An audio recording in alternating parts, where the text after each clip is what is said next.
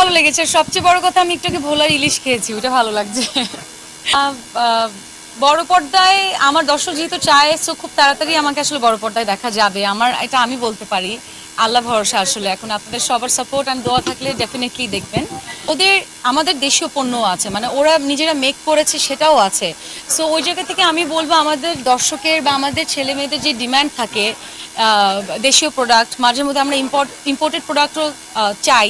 So ওই জায়গা থেকে আমরা যদি আসি ওয়েস্টারিতে, সো আমরা দুই ধরনের প্রোডাক্টই পেয়ে যাচ্ছি, রাইট? সো ওই জায়গা থেকে আমার কাছে খুব ভালো লাগলো আসলে দেখে। ভালো লাগা যে নিজের দেশের একটা জায়গায় নতুন করে আসতে পেরেছি, সে ভোলার মানুষরা যে আমাকে কতটুকু ভালোবাসে সেটা একটাবার দেখার জন্য আমার কাছে খুব ভালো লাগছে।